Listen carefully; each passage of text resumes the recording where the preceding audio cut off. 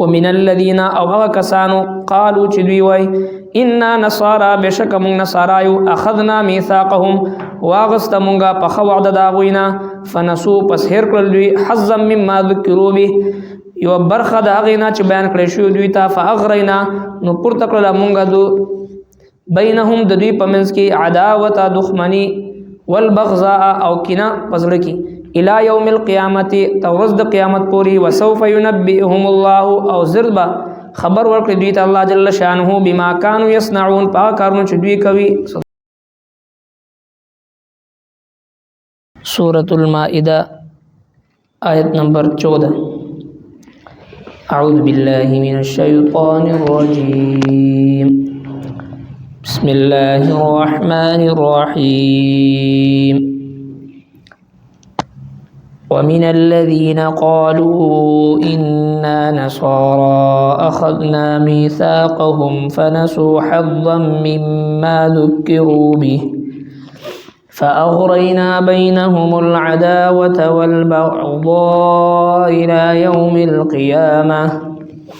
وسوف ينبئهم الله بما كانوا يصنعون. صدق الله العظيم.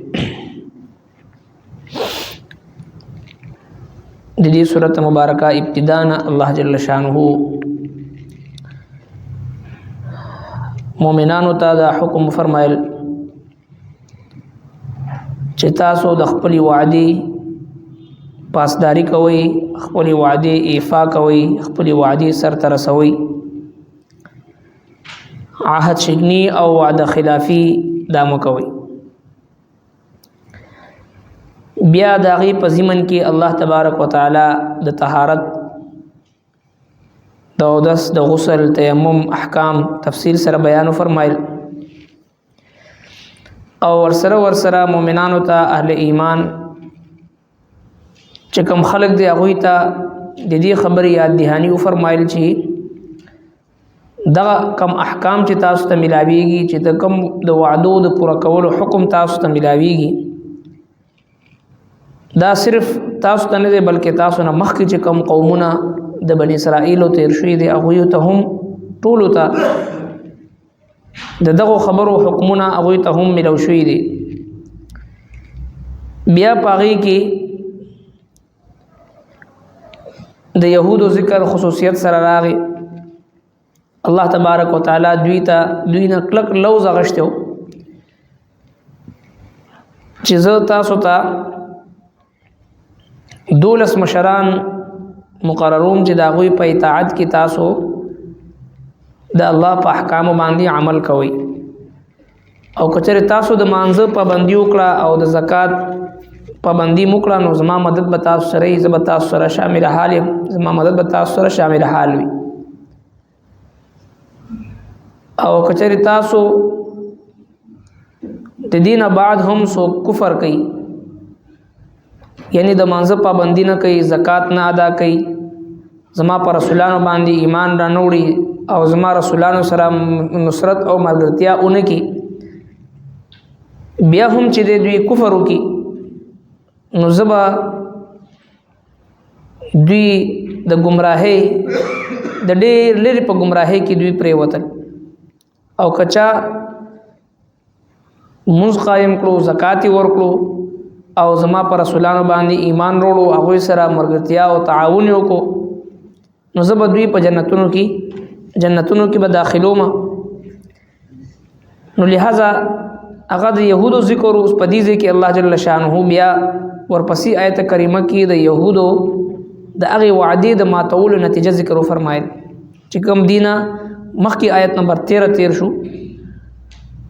په دې 13 نمبر آیت کې الله جل شانه د عهد شکنی، د وعده خلافی، وبال او داغي د عذاب ذکر فرمایل چې کله بنی اسرائیل او يهودو دغه وعده ما تکړه د الله جل شانه سره چې کوم دوی کړو، نو الله تبارک وتعالى په دوی باندې لعنت فرمایل، او چې کله لعنت ور باندې وشو نو د دوی زړونه سخت شو، او چې کله د دوی زړونه سخت شو نو بیا دوی د الله په احکامو کې تحریف شروع کړه، رد و بدل شروع، او یو لویه حصہ د الله د احکامو دوی نه هیر شو، هغه هیر کړه، او الله جل شانه فرمایل چې دوی به همیشه به دوی دغه سي خائن وي خیانت کوونکي وي لہذا دوی د عفو وکړو دوی نه مخ واړو نن چې کوم آیت مبارکه دی آیت نمبر 14 پدې کې الله جل شانه د نصارو ذکر کړی دی او فرمایي چې ومن الذين قالوا او هغه کسان نه چې دوی وای ان نصارا بشک مونږه نصارایو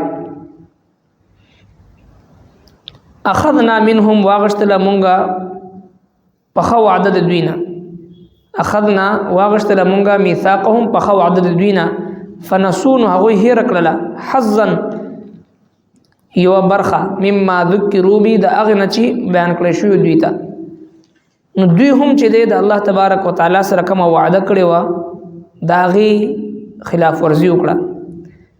د الله تبارک وتعالى د طرفنا لومبي عهد بدوینه د دې خبره غشتل کېدو چې تاسو به شرک نه کوئ او دوی په دریو طبقو کې تقسیم شو دغه نصارا یو طبقه د دوی نه هغه چې دوی ویل حضرت عیسی علیه السلام چې د الله جل شانه زوی دی نعوذ بالله وقالت النصارى مسيح ابن الله او دیمه طبقه هغه چې دوی وی چې عیسی علیه السلام د الله زوی نه دی بلکې الله جل شانه نعوذ بالله په خپل باندې په عیسی علیه السلام کې دننه حلول کړی دی د دننه الله جل شانه رانه اوته دی او دی په خپل باندې نعوذ بالله الله دی او درېمه طبقه په نصارو کې هغه چې هغه به چې ان الله ثالث ثلاثه الله جل شانه چې دی په دریو کسانو کې یو دی یا عیسی دی او یا مریم دی او یا الله دی په دې دریو کې چې دی یو پکې الله دی نعوذ بالله نو الله جل شانه په دې دریو باندې رد فرمایي چې د دریو د دوی باطل عقیده ده نو چې کله دوی خپل وعده هیر کړه عقیده توحید او دغه سید الله تبارک وتعالى د وحدانیت چې کوم لوز او کوم وعده دوی سره الله جل شانه دوی ناغشته او د دوی پیغمبرانو په ذریعہ باندې چې کله دوی هغه هیر کړه نو الله تبارک وتعالى په دوی باندې دا عذاب مسلط کړو دوی ته دا سزا ورکړه فاغرینا نو پورته کړل مونږه بینهم په منځ د دوی کې عداوت دشمنی والبغضاء او کینا پزړه کې الی یوم القیامه تر ورځ د قیامت پورې نو الله جل شانه دوی ته د وعده د ماتولو د سزا ورکړه چې د دوی په خپل منځ کې عداوت او کینا پزړونو کې د یو بل لپاره پیدا شو او ارشاد فرمایل چې الی یوم القیامه تر قیامت ورځې پورې الی یوم القیامه نه مراد چې دی هغه د بنی اسرائیل د نصاراو موجود دل تر څو پورې چې نصارا په دنیا کې وي نو الله جل شانه د دوی پزړونو کې یو بل لپاره به نفرتونه اچي یو بل سره عداوتونه وي او یو بل سره اختلاف وي نو لہذا دوی په خپل هغه شرک کې هم یو بل سره اختلاف کو درې ډلې دي جوړ شوې اگر چې ټول مشرکانو خو په هغه شرک کې هم یو بل سره اختلاف کو یو وی چې عیسی علی السلام نعوذ بالله د الله زوی دی بل ډلې وی چې نعوذ بالله عیسی علی السلام په خپل باندې الله دی درې ډلې وی چې نه ان الله ثالث ثلاثه عیسی علی السلام او بیبي مریم او الله په دې درو کې بس یو خدای دی نعوذ بالله نو الله رب العزت د دوی په زړونو کې یو بل د پاره داسې نفرت واچولو او داسې عداوت او کینه واچولو یو بل د پاره چې په شرک کې هم دوی اتفاق نکو په خپل منځ کې په شرک باندې هم د دوی اختلاف نو لہذا د مسلمانانو په منځ کې دا نفرت او عداوت او کینه دا راتلل دا نبی صلی الله علیه وسلم مبارک فرمایي چې هي الحالقه دا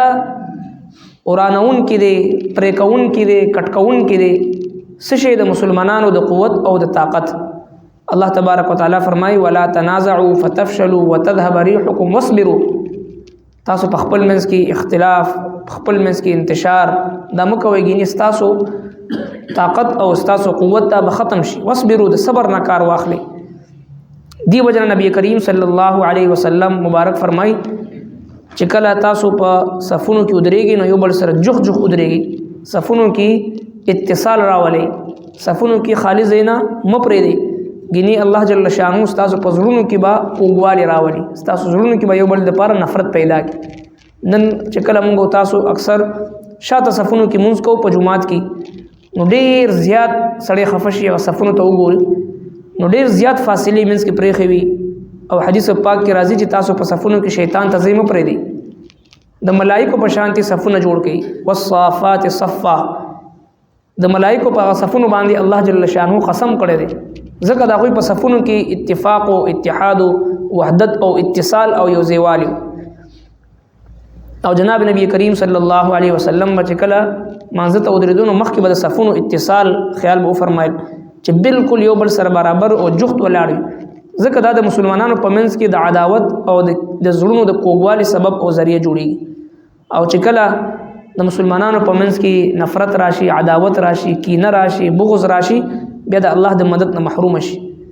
موږ تاسو چې د جمعي منځ کو او دغه سي په اجتماعیت سره چې د حج ادا کو عمره ادا کو د ټول عبادت او مقصد صرف او صرف یو دی چې خالص د الله رضا د پاره مسلمانانو په خپل منځ کې محبت پیدا شي دغه وحدت او اتفاق او اتحاد د وجنه الله رب العالمین د اجتماعي اعمال ته دون لوی فضیلت ورکړي دي چې کور کې منځو کې نو صرف فرض ادا شي او چې مسجد کې منځو کې نو 27 ګنا زیات ثواب ملو شي دا څومره قدم په قدم باندې نیکی ملاویدل ګناه معاف کېدل درجات بلندیدل دا ټول وجه صرف دا ده چې د الله رضا د پاره یو بل سره محبت او یو بل سره اتفاق او اتحاد ساتل د دې د وجه نه د اعمال او فضیلت اغزیاتیږي نو لہذا په صفونو کې اتصال او یو ځایوالي او یو بل سره جخ ودرېدل دا ضروری دی نو چې کله دی خلکو د الله جل شانو احکام پرې خودل الله جل شانو هغه عذاب په تور باندې دا غوي په زړونو کې یو بل د پاره نفرت واچول نو چې کله د مسلمانانو په منځ کې انتشار راشي اختلاف راشي عداوتونه راشي د دې خبر نه یریدل پکار د الله د عذابونو یو عذاب دی لہذا د امت مسلمه په منځ کې جوړ پیدا کول د پاره